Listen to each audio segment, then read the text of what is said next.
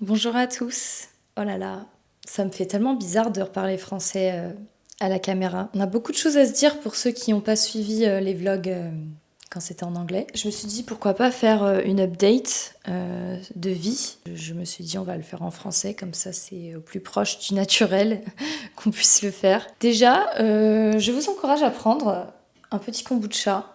Parce que voilà, on va discuter, on va être posé. Moi, je prends toujours ce kombucha-là. C'est de la marque Loki. Et vraiment, c'est le meilleur kombucha de Paris. J'arrête pas de le dire, mais c'est la vérité. C'est le meilleur kombucha de Paris.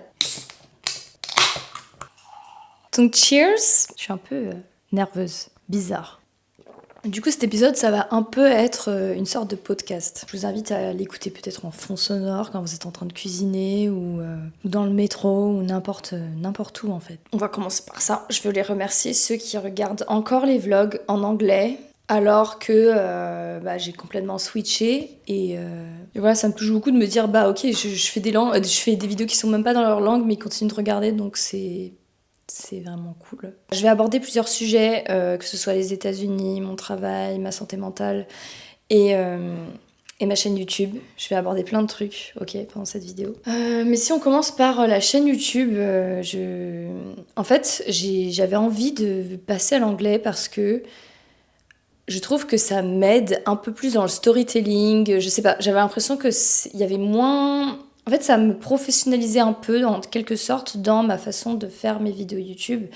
Et ça me permettait, peut-être inconsciemment, de mettre un peu, je dirais pas une distance, mais j'avais l'impression d'avoir un peu plus le contrôle sur ce que je disais quand je le faisais en anglais. En fait, ce qui est dur en français, c'est que j'ai vraiment l'impression d'être à nu. Et même si j'aime faire mes vidéos, quoi qu'il arrive, de m'exposer et tout, le français, c'est vrai que c'est sans filtre pour moi, et quand je prononce mes mots à la caméra, je les ressens quand même 2 fois plus que quand je le fais en anglais. Et aussi parce que quand j'étais à Los Angeles, on me disait, tout le monde voulait regarder mes vidéos, mais elles étaient en français, donc on me disait, faut que tu touches une audience plus internationale, parce que là, nous, on peut pas regarder et tout. Donc, bref, je sais pas pourquoi, en rentrant, je me suis dit, du coup, je vais switcher maintenant, quoi. Et je regrette pas ce choix, mais j'ai l'impression qu'en faisant ce choix, j'ai perdu quand même beaucoup de... Enfin, les gens, ils se sont pas désabonnés, hein. C'est juste que il y a moins d'engagement et j'ai l'impression que ça parle moins aux gens et du coup que je les atteins un peu moins que ce que je l'espérais, alors que je trouve que pendant mes vlogs, mine de rien, quand ça s'appelait les vlogs d'AD,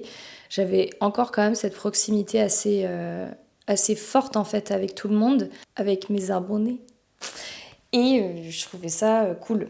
Et là, vraiment en switchant en anglais, franchement, j'ai perdu beaucoup le peu d'engagement que j'avais déjà. Et je pensais que j'allais réussir à retrouver et à élargir à une plus grosse audience, une audience plus internationale. Malheureusement, je pense que j'ai pas été assez régulière.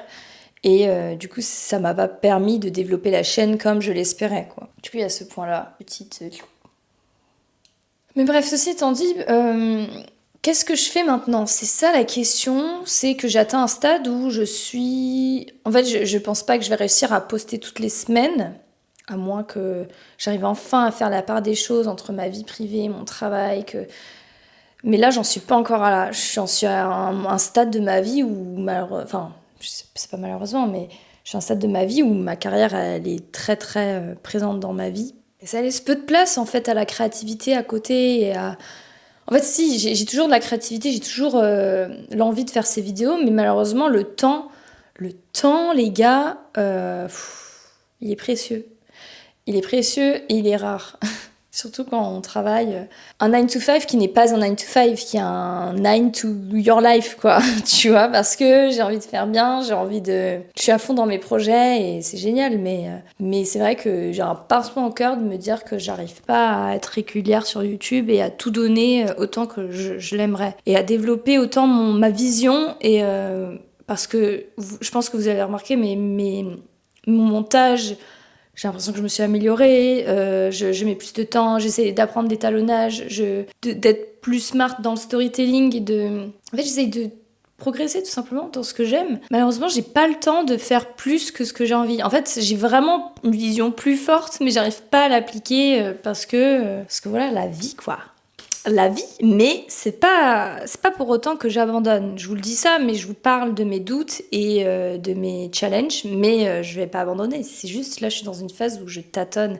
Et même, j'ai l'impression que niveau de direction artistique, bah oui, parce qu'il y a quand même une DA dans chaque chaîne YouTube. Je trouve que ma DA, elle n'est pas encore définie, vraiment. Et je suis pas bonne dans le marketing, je le sais. Je suis pas bonne pour brander ma chaîne, pour me brander moi-même. Ça se ressent, je pense. Et ça, c'est aussi un truc qui est compliqué pour développer une chaîne YouTube. Si t'as pas une DA bien affirmée, si t'es... Je sais pas, moi j'ai du mal à choisir une couleur, enfin genre de choisir un logo, un truc, genre j'ai envie de changer tout le temps aussi, donc c'est chelou, c'est pas évident. Et tout ça pour revenir sur qu'est-ce que je fais. Est-ce que je repasse au français? Est-ce que je continue l'anglais, mais j'intègre plus de vidéos en français de temps en temps? Pourquoi pas? En fait, pourquoi pas, tout simplement. Même si, là, ça va faire ma DA encore plus fucked up. Mais bon, au point où on en est, why not, quoi? Faire une chaîne bilingue. Par contre, il faudrait que je fasse des sous-titres. Et ça, les gars, c'est tellement de temps. Enfin, si je peux. Faut que j'arrête de dire ça. Mais bref, du coup, je voulais vraiment déjà faire ce test avec cette vidéo, voir si les gens de ma communauté, ça les attire à re-regarder à nouveau mes vlogs. Franchement, si vous faites partie de ces personnes qui ne regardaient plus mes vlogs quand c'était en anglais, si vous pouvez témoigner, essayer de dire quelque chose, comme ça je sais. En fait, là j'ai besoin de votre aide là-dessus. Que j'aimerais bien savoir s'il faut que je continue les vidéos en français et qu'est-ce que aussi vous aimez quand j'aborde des thèmes et tout, lesquels vous plaisent. C'est important pour moi de savoir tout ça. Moi, j'aime bien, en vrai, faire accès lifestyle, mais toujours avec une petite leçon de vie, un truc, quoi. Un développement personnel, entre guillemets. Genre, j'aime bien faire ça, ces thèmes-là. En fait, j'aime bien tout simplement raconter, moi, ma vie, mes expériences et comment j'essaie de surmonter les challenges de tous les jours. Surtout quand on est à la fin de la vingtaine, c'est pas facile, c'est un peu un raz de marée. Et ça peut faire peur. Et je pense qu'on est beaucoup à un peu tâtonner, à galérer, mais ça fait du bien d'en parler, quoi. Vous voyez? Genre, par exemple, le burn-out, on en parle, mais moi, j'en vois beaucoup autour de moi, ils ont fait des burn-out. Pourtant, c'est encore un sujet où on culpabilise de faire un burn-out parce qu'on a l'impression qu'on met en péril la boîte et tout, alors que, attendez, je pense qu'il faut en parler parce qu'on est beaucoup de notre génération à en faire. Et c'est vrai qu'on s'affirme plus et c'est ça qui est cool, c'est que nous, on ose plus poser des arrêts maladie, même si c'est pas nous qui les posons, c'est notre médecin qui nous le donne l'arrêt, parce que c'est eux qui... En fait, nous, la différence, c'est qu'on a la démarche d'en parler à nos médecins. On a la démarche de leur dire, en fait, là, je comprends pas, il y a un truc qui va pas, et je me sens pas bien. Et thanks God, ils sont réceptifs et ils nous aident, et ils nous conseillent de nous arrêter. Parfois, ils nous obligent un peu. En fait, il y a ce changement aussi dans ma vie qui est le CDI. Le CDI, c'est un truc que j'avais pas trop à LA. À LA, on avait des projets. Quand les projets, il y en avait pas, moi j'avais le temps de faire mes vidéos. C'était plus des hauts et des bas, comme ça. Ça venait, c'était intense et après ça se reposait. C'était intense et ça se reposait. Et c'est un rythme qui était quand même agréable parce que, mais non, tu vivais à fond tes projets, mais après, tu avais une période pour te reposer et pour te retaper ton énergie. Là, la différence avec le CDI, c'est que ça ne s'arrête jamais. Tout le temps, projet sur projet sur projet sur projet. Et en plus, quand t'es dans une grosse boîte, ça s'arrête jamais. Et en fait, si tu te préserves pas et si tu prends pas... si tu prends pas du temps pour toi quand ça va pas, c'est le chaos, quoi. C'est le chaos. Et on fonce dans le mur si jamais on n'arrive pas à s'écouter. Et ça, c'est très important. Et ça, en fait, j'ai beaucoup de mal avec ce nouveau rythme parce que, en fait, j'ai vraiment toujours cette pression de bien faire. Mais d'un côté, je réfléchis beaucoup, j'écris, je fais mes trucs. Et du coup, quand on match avec la production, en fait, j'ai toujours peur de pas être assez bien parce que je suis comme je suis. En fait, c'est ça, quand je suis dans la prod. Et j'adore la production, j'adore produire des films, des campagnes, des photos. J'ai toujours cette crainte de, est-ce qu'ils vont découvrir que, en fait, je suis juste une meuf, à la base, qui fait des vidéos dans mon coin, je suis un peu perchée de temps en temps. Enfin, en fait, j'ai toujours du mal à accepter qui je suis. Et même dans mon travail, parfois, je me demande, est-ce que moi, telle que je suis, ça passe. Et du coup, quand j'ai commencé à travailler, j'avais beaucoup ce questionnement, ce syndrome, pas de l'imposteur, si c'est un peu de l'imposteur, mais à me dire est-ce que je mérite ma place ici, est-ce que je mérite d'être là. En fait, si tu gères pas dans ta tête, si t'arrives pas à faire la distance. En fait, c'est ça. Pendant longtemps, j'ai réussi à faire la distance, là, pendant 1 an. Et là, il s'est passé beaucoup de choses. Je veux dire, moi, j'étais un peu faible en ce début d'année, dans le sens où j'ai laissé le travail prendre trop de place dans ma vie et dans ma tête. Et en fait, quand tu laisses ça prendre trop de place, bah, c'est pas bon. Ça crée ce que ça crée. Ça crée des burn-out et des moments d'épuisement professionnel. On peut vraiment parler de ça et c'est ça que j'ai vécu et ça a été très violent. On le voit pas venir. En fait, on le voit venir, mais on veut pas écouter. Je voulais aussi parler de mon avenir parce que je suis dans une phase un peu bizarre où j'ai pris une voie et moi, dans ma tête, j'ai envie de faire plein de trucs aussi. J'aimerais bien réaliser un film, un de ces 4. Qui a dit, faut pas dire don't tell your dreams out loud, whatever. Mais moi, je vous le dis parce que vous le savez, vous me connaissez depuis le temps. J'ai envie de faire un film, j'ai envie de développer ma chaîne YouTube. Plus, parfois c'est dur parce que t'es pris dans ton quotidien et t'es rattrapé par la réalité qui est que 90% de ton temps, c'est ce qui se passe là, c'est ton CDI et même si t'as des ambitions pour faire plein de trucs, malheureusement, t'as pas le temps pour ça. Et les semaines s'enchaînent, je peux pas. Il se passe rien.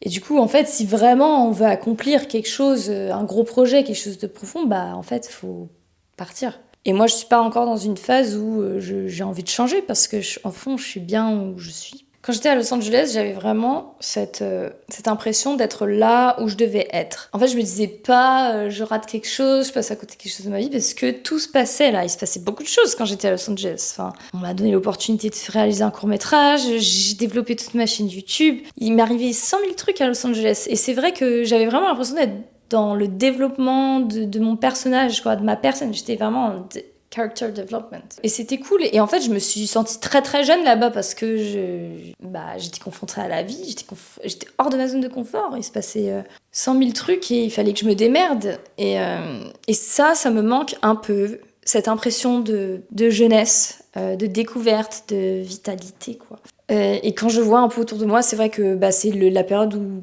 les gens commencent à se caser, à se poser. En fait, je sais pas. Genre, je me compare aux autres, mais d'un côté, tout le monde a ses propres batailles, ses propres combats. En fait, j'ai l'impression un peu d'être anormale dans le sens où moi, j'arrive pas à me dire, ouais, faut que je me trouve un mec, faut que je me pose, faut qu'on construise une famille et tout. J'arrive pas à me le dire là. Genre, je suis encore à un stade où je suis en mode, ouais, non, moi, j'ai juste envie de faire ce que j'ai envie de faire, tu vois. Genre, j'ai juste envie de vivre ma life et de faire ce que j'ai envie de faire. Et pour l'instant, c'est vraiment un truc qui sort de ma tête complet. Et je vois beaucoup, on parle de mariage, là, il y a les pressions de société qui commencent à arriver. Parce que la fin de la vingtaine, c'est ça. Tout le monde s'attend à ce que tu sois avec un mec depuis longtemps, que tu commences que t'es engagé, que t'as ton CDI bien posé, que voilà. Et moi, là, je suis un peu submergée par tout ça que je voyais pas à Los Angeles, parce que moi, à LA, c'était vraiment différent. Moi aussi, j'avais mes colocs, ils avaient la fin de la trentaine et tout. On était dans la même situation, on galérait un peu et tout ça, et ça me faisait grave relativiser et je sais pas comment expliquer. En fait, c'était une autre réalité, tout simplement. C'était une autre réalité et j'étais vraiment loin des pressions de société. Je trouve qu'à LA, c'est différent. La pression de société, c'est plus l'apparence et tout. Mais encore, je m'en trouvais loin, quoi. Après, ça va, genre, je le ressens pas de fou. Mais c'est vrai que parfois, je me dis... En fait, qu'est-ce qui cloche chez moi? Genre, pourquoi voilà, genre, je suis en train de faire mes vidéos dans ma chambre, quoi, faire mes trucs et tout, m'afficher. Enfin, parfois, mais moi, c'est ce que j'ai envie, j'y vais. Mais parfois, je me dis, mais pourquoi moi, je suis comme ça? Parce que c'est pas tout. Je vous ai pas tout dit, mais là, je suis pas partie. Je vous dis, je suis pas partie pour rester 100 ans ici, moi. Vous le savez, les gars, je vous l'ai dit. Si vous revenez à un vlog qui date d'il y a 2 ans, j'ai dit un jour j'habiterai à New York. Mais ça, c'est toujours là. Hein. Et ça, j'ai pas abandonné. Et ça, c'est ma prochaine étape, c'est de trouver du travail à New York, que ce soit via ma boîte actuelle ou via une autre boîte. S'ils acceptent pas de me transférer, je vais trouver un moyen, c'est sûr.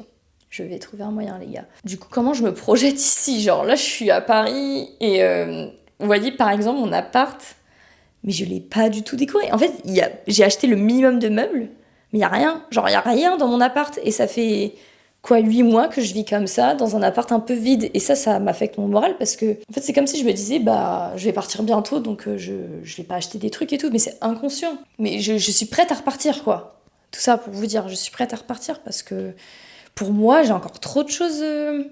Après, c'est génial de se poser, de construire sa famille et tout, c'est parce que je veux dire. Enfin, j'espère que un jour je pourrai avoir ça aussi. Mais là, moi, j'ai trop envie de me dire, ouais, je vais repartir en vadrouille, je vais refaire ma vie à zéro à nouveau, je vais encore rencontrer plein de nouveaux copains à New York, je vais me faire plein de... J'ai à nouveau envie de vivre une aventure, même si je sais déjà, je m'en veux déjà de vouloir faire ça. Parce que je sais déjà que ça va être très très fatigant. Je me dis, attends, je vais pas faire ça à 35 ans, mais quoique, je pourrais aussi le faire à 35 ans. C'est pas la question. Mais je veux dire, là, tant que je suis dans ce mindset où j'arrive pas à me poser, j'ai vraiment zéro attache à part ma famille, mes amis, ce qui est beaucoup quand même, hein, mais genre j'ai pas de gosse ni rien. Donc je me dis, c'est le moment de partir. C'est le moment de vivre des nouvelles aventures. Chaque voyage, je rencontre des gens, et c'est comme des petits galets et tout, et je les mets dans mon cœur. Et en fait, ces gens-là, ils sont toujours là, quoi qu'il arrive. Et en fait, j'ai plein de galets. J'ai un sac rempli de galets, quoi, dans mon cœur. Parce que à chaque fois sur ma route, j'en ai pris. J'en ai pris plein. Et c'est ça la beauté du monde. J'ai vraiment des amis dans les 4 coins du monde.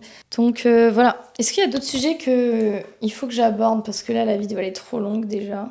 Et qu'est-ce que je racontais? Je crois que c'est tout pour ce débrief.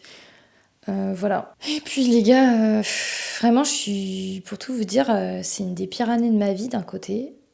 Enfin, ça pourra jamais être pire que mes années de lycée et mes années collège. Mais c'est vraiment pas une année facile. Parce que j'ai vraiment le sentiment que c'est une année d'entre-deux. J'ai l'impression que je suis dans cet état d'esprit là d'entre-deux, où je sais pas encore où je vais, je sais pas ce que je fous. Vraiment, c'est fatigant d'être comme moi. C'est ça qui veut dire au revoir. Au revoir.